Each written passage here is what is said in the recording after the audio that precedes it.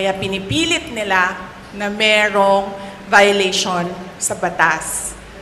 Mag-cancel ng passport, mag-red notice, mag-amlak, mag-issue ng kaliwat kanang search warrant.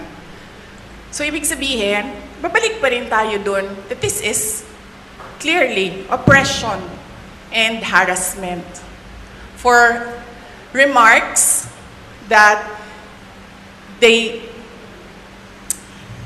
pinipilit nila to take it out of its logical context. And they can try. And then let's see, diba? If I get impeached, then that is my end. Tapos.